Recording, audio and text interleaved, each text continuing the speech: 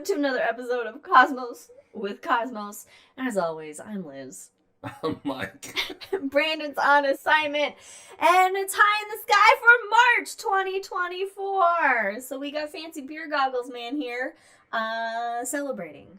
The holiday that is in March, which is St. Patrick's Day, where Americans just have an excuse to get drunk and dye random shit green and pinch each other. Oh shit, that's right. Yeah, don't be pinching. I'm wearing green. Don't be pinching. You got any green on? Yes, I do. In the earth. Okay. In the earth. I got some. All right. All right. So maybe I'll still pinch you.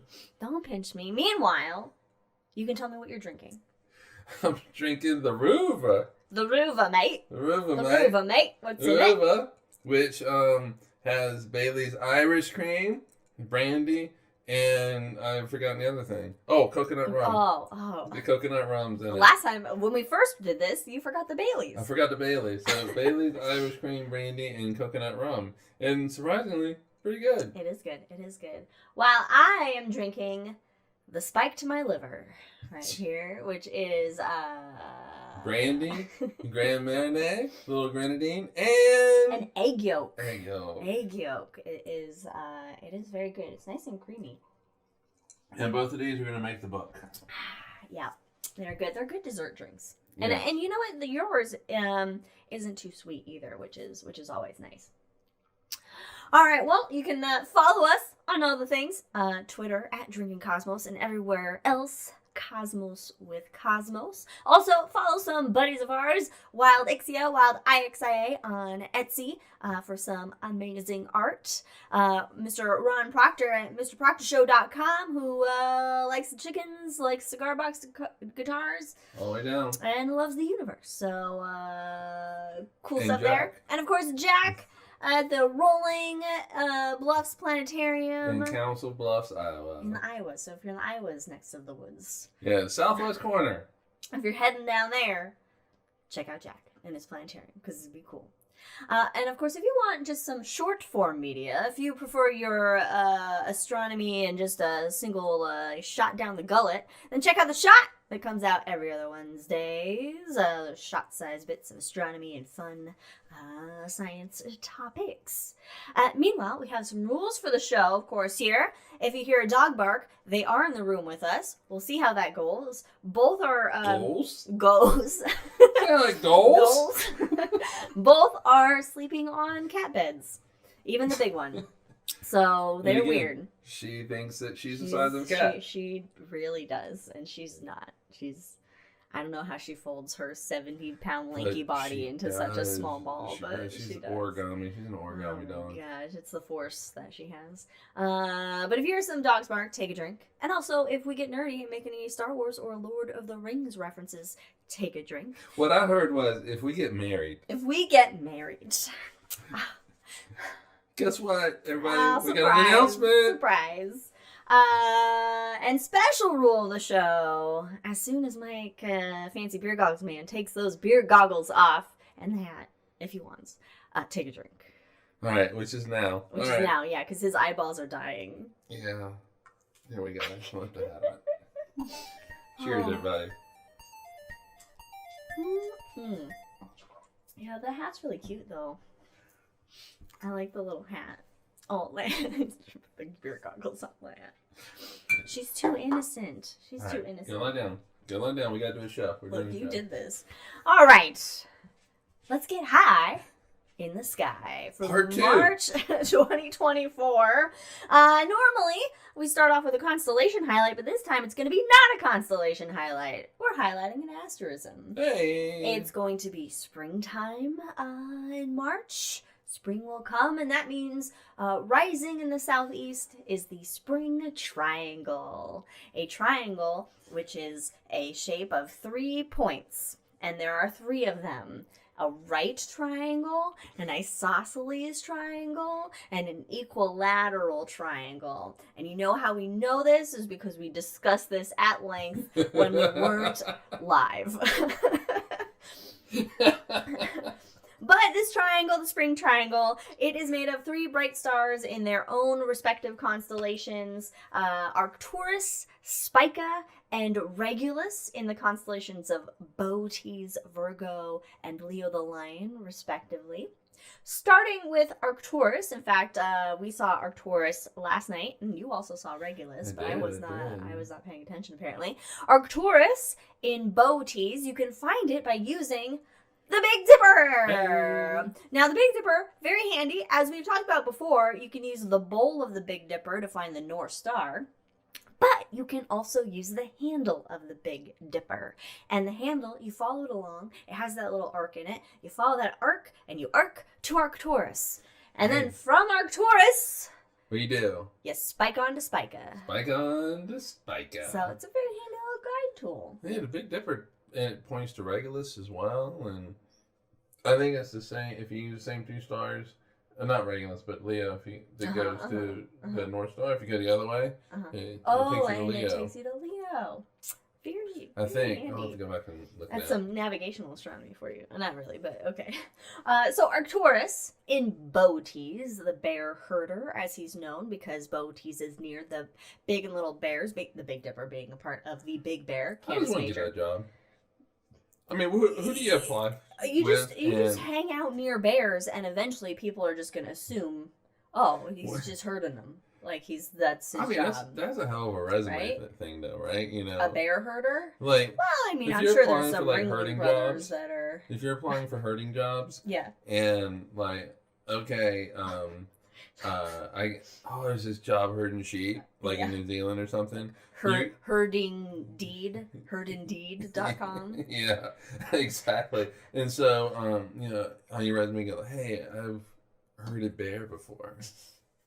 That makes me infinitely qualified. Not an issue. What about grizzly bears? You got any of those? Yeah. I've been herding some bears through the forest. Yeah, I don't know, but he's the bear herder. Arcturus, actually, its name means guardian of the bear. And this star, it's 37 light years away, so not too far away. You know, it's a neighbor. It's about 6 to 8.5 billion years old. So the light that left it, you were like 1 year old. If you go and look at it tonight. If I go look at it tonight, I was like 1 year. That light left when I was 1. Yeah. And now. Katie's light hadn't even gotten here yet. What? God, I love space. I love it. Okay. It's not much bigger than our sun. So it'll die. Oh shit, really? Yeah. It'll die in a similar fashion. Size-wise? Size-wise, yeah, mass-wise. Like, it's not... Oh, mass-wise. Mass-wise. Not size-wise. Size-wise is a giant orange star, so its radius is much bigger than the sun. I didn't write it down because I didn't feel like it was relevant to talk about. But mass-wise, it's similar to our sun, so it'll just kind of... Just kind of at the end. It'll just fart away, basically. Yeah. It's just going to fart away. That's what our sun will do. It'll fart away. And just... But it's kind of at the end, though. It's kind of, being a giant orange star. Yeah, it's come off the main sequence. It's going to start fluffing. It's going to, yeah. Or farting, as you say. They're farting. It's going to be pooting off. All right. Anyway, next star in the list. The next one, of course, in the triangle is Spica. In Virgo. This is a bright binary blue-white star. These stars, they orbit each other in 4 days. Oh shit, that's quick. So they're pretty close. So the gravity from them on the sides facing each other is like pulled, and so they have like an egg shape, like an oval shape, like a lobe on that side that's facing each other. Is there any mass that's being transferred? No, not that I saw that was read about. They are 250 light years away. A little bit further.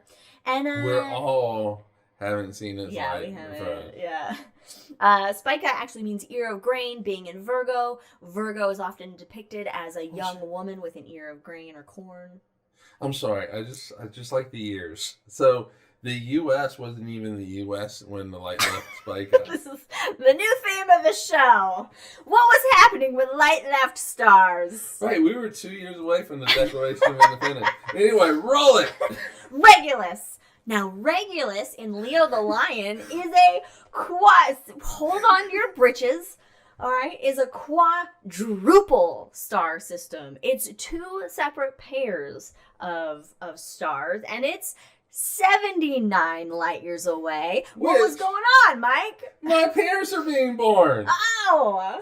So the light they see tonight, my dad was 2.5 All miles right. away. So to recap, Arcturus, I was being born. Spica, the country was being born, and Regulus, your parents were being born.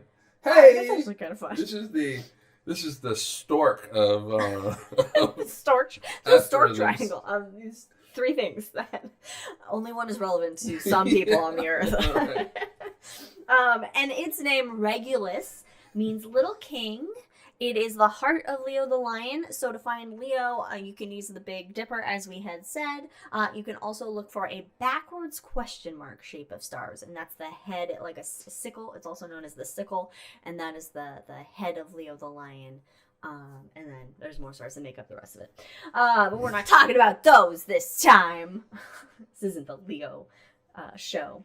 Now, the binary pairs, these binary pairs of stars in this quadruple star system, Jesus Christ, Regulus A and B is a bright blue star and possibly a white dwarf star. Okay. So what our sun will end up after it's dead, basically. But we don't know for sure that it is. Okay. Yeah, apparently. And Regulus C and D are an orange dwarf and a red dwarf, respectively, and they cannot be seen with the naked eye. Okay, how do they not know that one of them is a white dwarf? I don't know. Maybe just because maybe they're too close to each other that they can't really see. Okay. They can't really tell what it is. But however, we have a wild card in the triangle. We do. There is another point to the triangle. Oh, so it's not really a triangle. No, you can make it either a whatever shaped triangle it is using Regulus, or you can make it more of an equilateral triangle if you use another star in Leo called Denebula. And Denebula, it's a white main sequence star. It's kind of more towards the tail of Leo the Lion. It is the tail. It literally is the tail, yeah. So it means tail. As we're gonna find out. Okay, yeah. We'll find out right now. It means tail Lion. And so it makes the triangle more equal on each side if you're gonna use Denebula. And it's a delta Scuti variable, which means its brightness fluctuates 10 times per day. Oh shit! That's a lot. That's bam, bam, bam, bam. Just going. So with spring triangle, again, you can use either Regulus or Denebula in Leo to make it. And use both. You know, those stars are going to be the brightest stars hanging out in that neck of the woods for the most part. So neck of the sky for the most part. So it should be easy to spot, even in a brightly lit area, like any city area. Like Oak Ridge. Yeah. Now, further into space, if you have the use of telescopes, there are some deep sky objects. The Virgo cluster is hanging out within the spring triangle, which is a cluster of 1,500 galaxies. One of those, very famous one, M87. It's the brightest galaxy in the cluster. It's a super giant elliptical galaxy, so that means it's like a huge, like football-shaped, rugby ball shaped cluster of fucking stars. And it was discovered by Charles Messier in 1781. The 87th object on his list. Yeah. I mean, Messier's got to be a shot. I gotta do a shot. Yeah, we do. Oh, we might have talked about it. We haven't. It is 54 million light years away and 130,000 light years across. Guess who's being born? I'm just kidding. It's a big boy. It's a big boy, this galaxy. Yeah, and M87 actually one of the Event Horizon black holes. My next bullet point. Oh shit! Sorry. Yes, that's why it's famous. Is because in the heart of M87 lurks a supermassive black hole, as there are in pretty much all galaxies, large galaxies, and we got the first ever picture of this black hole using the Event Horizon telescope in 2019. Got it before the Milky Ways. But Hubble has a great shot. I think it's Hubble. that shows M87, and you see the jet coming out of it. Yeah. That comes from the black hole. It's a black hole burp. Yeah. So M87, and then there's other ones in there that I was like, well, they're not relevant either. Like, that's the coolest one. There's some other stuff, but you need like telescopes and like good telescopes to really check them out. So as far as you just going out and looking at the sky, just know there's other stuff out there. I know Katie's comment has been there for a bit, but that's how we should sign off. Science be wild. Science be wild. Science be wild, everybody. Peace out. Cosmos Cosmos. Science be wild. Remember. Science be wild. Science be wild. You gotta remember that. Do we have to give Katie money now? No. I had no lunch. These drinks are gonna hit hard. Why didn't I eat some drumsticks? Well, I talked to my parents. That's true. Anyway, Oh, okay. What else is up? All right. So, of course, the astros and constellations are all made of other stars and stuff that are up there. A lot of good stuff to see. But not only are stars up there, but there are planets. There are planets. And I saw one of them last night. Yes, Jupiter. Katie will take it away. So March 15th to 31st, you may catch a glimpse of Mercury. And you need a clear line of sight to the west, because it's only going to be about 7 to 10 degrees above the horizon. So us in the mountains, fat chance for us. But if you have a clearer horizon, then you can possibly catch a glimpse of Mercury. Mercury is the toughest one to see because it sticks pretty close to the sun and often is lost in the sun's glare, either before sunrise and after sunset. Hard to spot. However, Jupes, our best buddy Jupiter, he'll be hanging out near Mercury in the southwest sky at the beginning of the month. And I did have lunch. I don't know. And it'll set by the end of March at about 8 p.m. Pacific time. So most of the month that you'll be able to check out Jupiter. So all of you guys who don't live here, you can do the math. There you go. Yeah, see, that's why I said Pacific time. You convert it yourselves. And then Venus. We will say good morning to Venus. It'll be very low in the southeast before sunrise. So another one that you need kind of a better, clearer line of sight. We won't be able to spot. And it's best to look for it in the earlier bit of March. You know who can see it? Iowa. Iowa is nothing but flat. Is there no hills? I can't. I don't know. The Midwest makes no sense to me because I cannot picture just. It's just flat. all of like everything in between, like the Appalachians and the Rockies, just it seems like it's just flat. So to me, like Iowa is like just a piece of paper, just flat. So basically, Jack can sit in Iowa and see to Colorado because it's flat. That's how flat it is. Yeah. Wouldn't that be like wild though? I can see Russia from my house. What did you say? What? Wouldn't that be wild though? Is what I said. Yeah, it would be wild. Because Earth be wild. All right. No, we're just gonna be like everything. Everything's Everything wild. be wild. All right. Now there are some astronomical events in March. Typically, there's some sort of astronomical event that's going on every month. Usually. But one of the ones that we're familiar with here in at least the United States is daylight savings time, when we spring those clocks forward because you spring forward at this time of the year. And that is on March 10th at 2 a.m.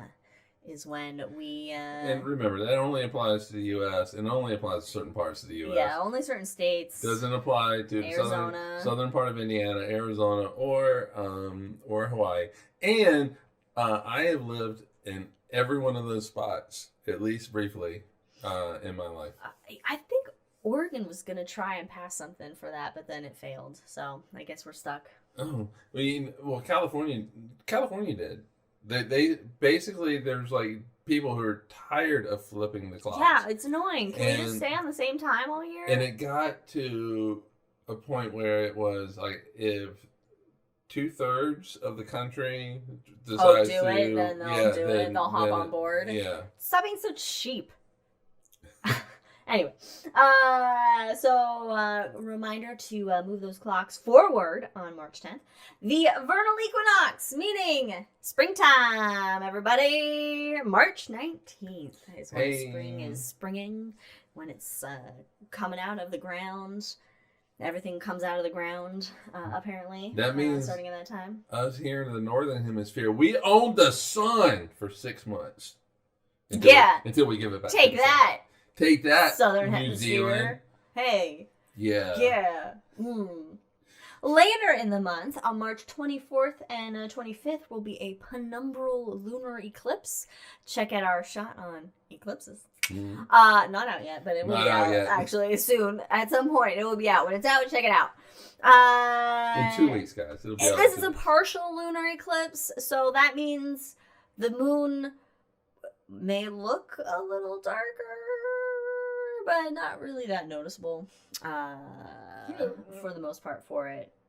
It might go a little darker. Its max eclipse will be at 12:12 a.m. Pacific time on, I'm assuming, it kind of depends on how far into the penumbral shadow we... I don't know, but because there's a penumbral lunar eclipse between the 24th and 25th, max eclipse being at 12:12 a.m. means that the 25th is also a full moon, because that's how eclipses that's how they work. And the March eclipse is either gonna be a full moon or a new moon. Hey, eclipses be wild.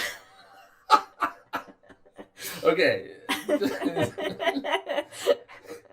Next episode it's gonna be like that's gonna be a drinking. The March full moon is known as the full worm moon. Now, initially,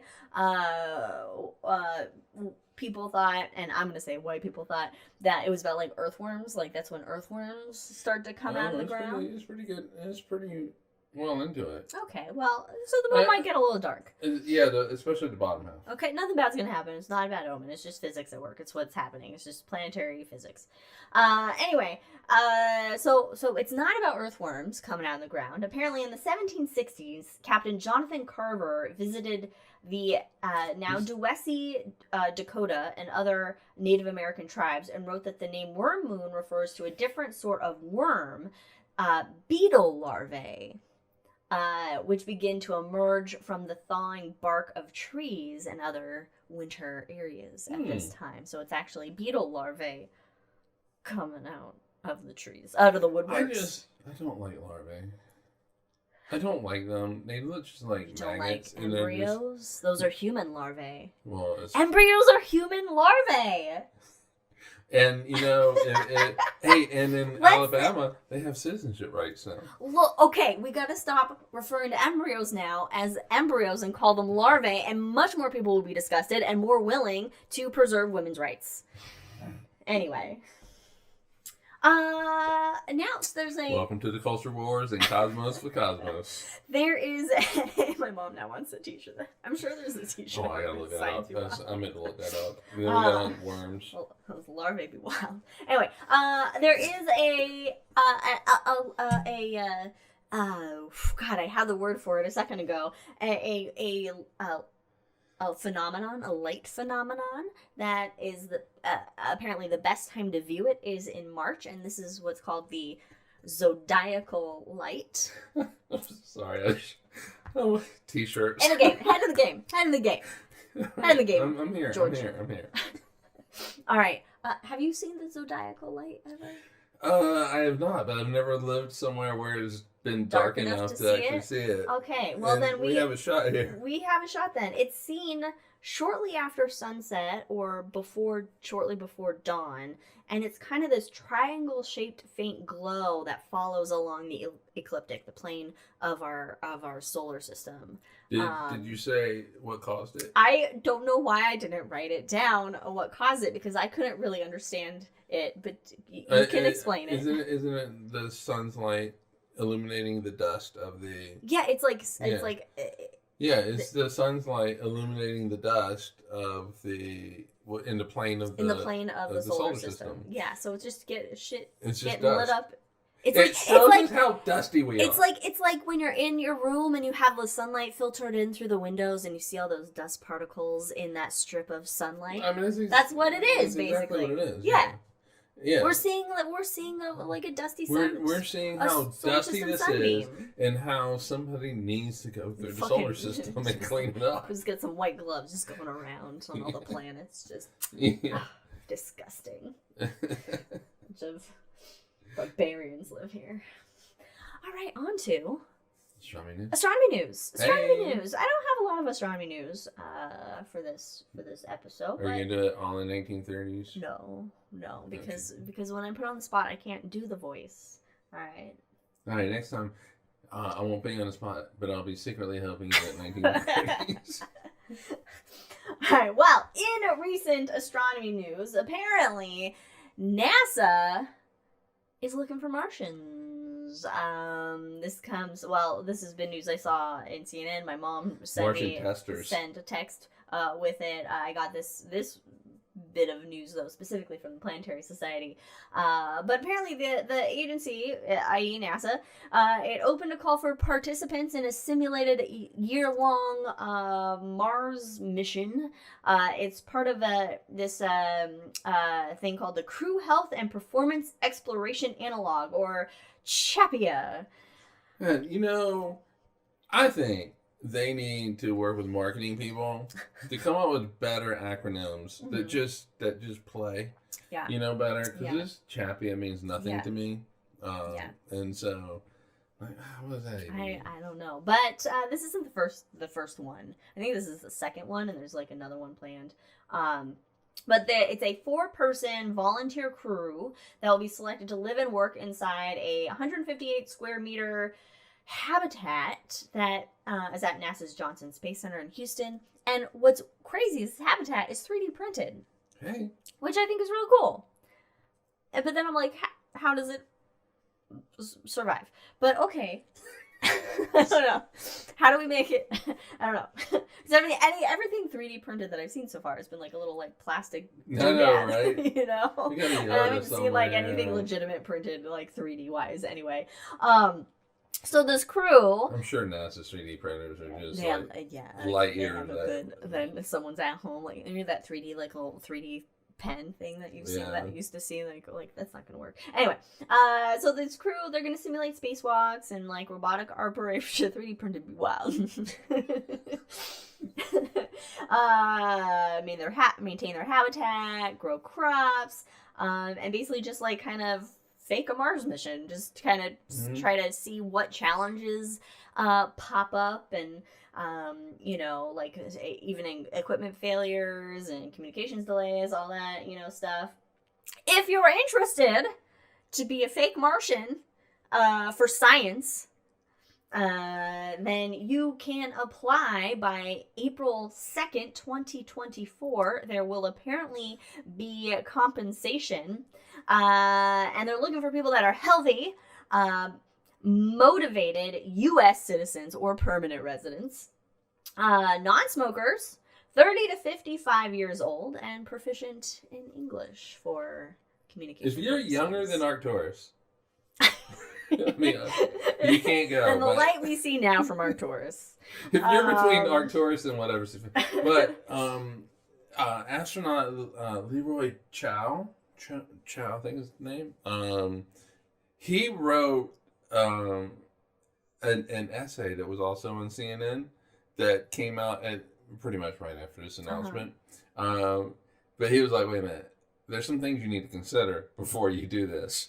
And he was talking about how like he had to think about his dogs.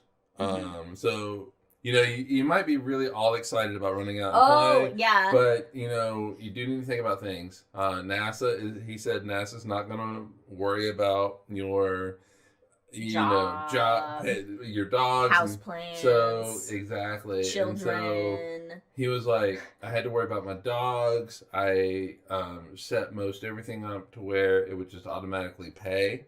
So, automatic bill pay.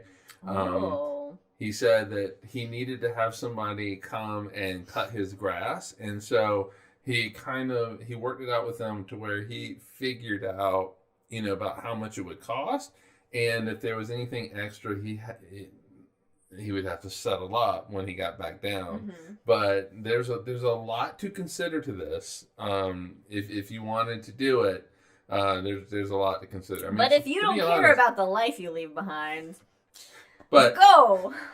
I mean, you have a really slim chance of being selected anyway. But because you're only taking 4 people. Yeah, it's the book that I'm reading on space settlement by the Wienersmiths is very good, and they kind of mention, they bring up these experiments like this, which we need to have, but at the same time they're not really accurate experiments because they're not on a different planet with entirely different gravity, radiation, temperatures, all this sharp fucking microscopic glass, rocky, dusty soil dirt. So it's like it's more of a kind of let's see how these 4 humans survive each other for a year. That's pretty much what it is. And the teamwork building skills or psychological. If you're wanting to leave your significant other for a year, you need to make backup plans. But also, it's not that accurate in terms of psychological because NASA's not going to let any of them die there. Whereas if you're on Mars and some shit goes wrong and you can't fix it, you're dead. Oh, but wait a minute. But you're still. When you have that knowledge that you can't just walk out of the habitat that's been 3D printed and go home and say you quit. Walk out, but you're also thrown in with 3 other people that you don't know, and you have to figure out some way of working with them. So I started reading the Mars policy book it's not Mars policy, space settlement book. The space settlement, that book.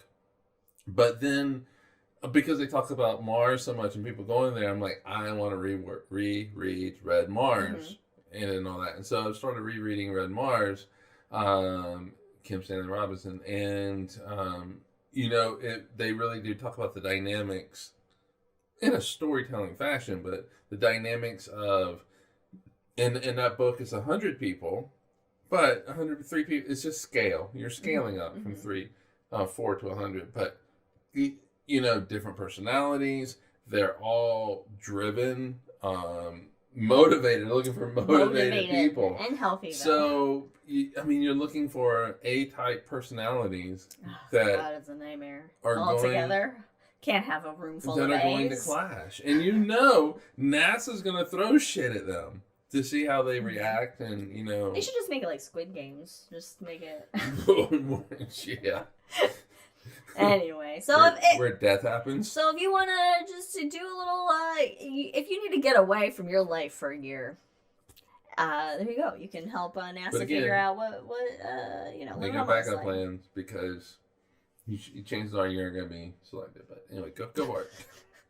But in other news, there's a new Australian lunar rover. Named Rover. It's a rover. Australia's going to have a lunar rover. A public naming contest is where the name comes from, because the kangaroo is what Australian is known for. That and Foster's. What Australian Fabia, which they don't actually drink Foster's. But there was also like a public naming. McBodie face, whatever. Face. Something McBodie face, or whatever. But this is why you don't do public naming. The rover, it will launch to the moon as early as 2026 through a partnership with NASA's Artemis program. Cool. And it'll collect samples of regolith, the dusty, toxic surface of the moon, and do experiments to try and extract oxygen from it. Nice. So that's cool. So go Roovy. Rover. Go Rover. Go Rover. In 2 years. But also with the moon and landing on the moon, Houston, Odie has landed. Apparently, I always think Garfield with this. I didn't even know about this lander. Odysseus, which was probably because it's from a private company. This is the first Successful lunar lander from basically a private a company, a commercial company, to land on the moon, called Odysseus, a Nova C Odysseus lander. It's part of a program called the Commercial Lunar Payload Services Program, or CLIPS. Of course. It landed in Malapert A crater in the South Pole region. And it's NASA's first landing on the moon since 1972. NASA saved that mission, by the way.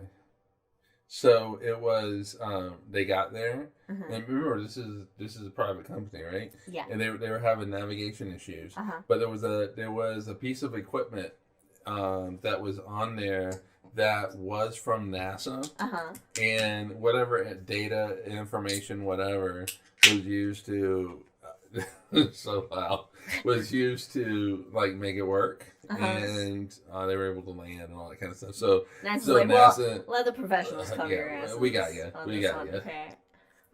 Got a very dark eyelash right there. Okay. Anyway, so the company that Odysseus was built by is called Intuitive Machines, and it has several things on board. It has a bunch of experiments. There's a telescope on top of it, built by the Lunar Observatory Association, and this is like a test one because they plan to build a larger one to send to the moon on a future mission, just to, I don't know, get some good views of the Earth. And is there anything that system. Okay, continue along? Yes, there's an art installation, and some Columbia sportswear athletic gear, because I'm guessing Intuitive Machines needed a little extra money. Oh my god. Let the commercialization of space begin. Meanwhile, I'm wearing Columbia socks. Oh my god. Alright. Cosmos, brought to you by Columbia. No. Art installation? Yeah. Who's the curator? You know what? I didn't get any information on it, but I saw a picture that I think was it, and it was like a bunch of spheres. Are they like little tiny pictures? Like spheres. Is there like a little art gallery that like little tiny like there's a little Louvre and there's little people inside. Moon people walking. Wouldn't that be fun if it was just like one of the it's the what art we've been there a couple times. I don't know if it was maybe it was the Phoenix Art Museum. Where it had the room with all the little models. Oh. It had like the little models that were like from the 1800s or whatever, and they were like little rooms that were Phoenix like Art Museum. Yeah, like it's a diorama. Cosmos, brought to you by Phoenix Art Museum. Art be wild. In last bit of the news, and Brandon will be happy for this one as he flies across over the Earth. The UN committee, a UN committee will take up the issue of satellite interference with astronomy. Starlink. The committee is called Peaceful Uses on Outer Space. The UN Committee on Peaceful Uses of Outer Space. So Copious. Dark. Oh, wait, what? What am I not saying here? Basically, it's going to address the emerging issues that these satellites, like Starlink, that are these like clusters of satellites, essentially, what they're having, the effects that they're having on Earth-based astronomy, interfering with all kinds of telescopes, radio telescopes, optical. Yeah, there's like video that you can get online that that shows from an observatory, astronomical observatory, of like the Starlink clusters that rise up, and it's just all these little bright dots. Yeah. And So huge interference. And so, according to Richard Green of the University of Arizona, he said that this is a significant diplomatic moment in astronomy.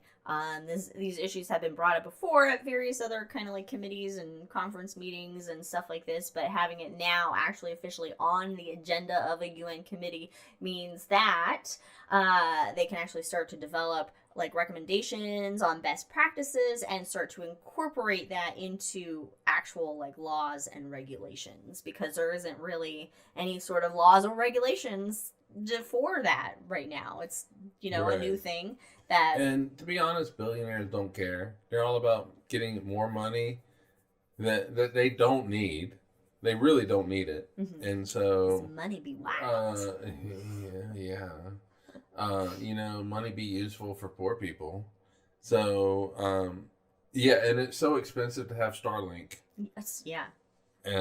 Whatever. I mean, I get it. I understand. You know, I approve of the initial thing. You know, advertising, marketing, whatever they want to do, where Starlink would bring, you know, the internet to, you know, basically poor areas of the world, but they make it so out of reach that nobody, because you get what is it, $500 for some box that then allows you. I don't know what they're offering to say. Yeah, but then you have to spend $100 a month, whatever it is, for the so whatever.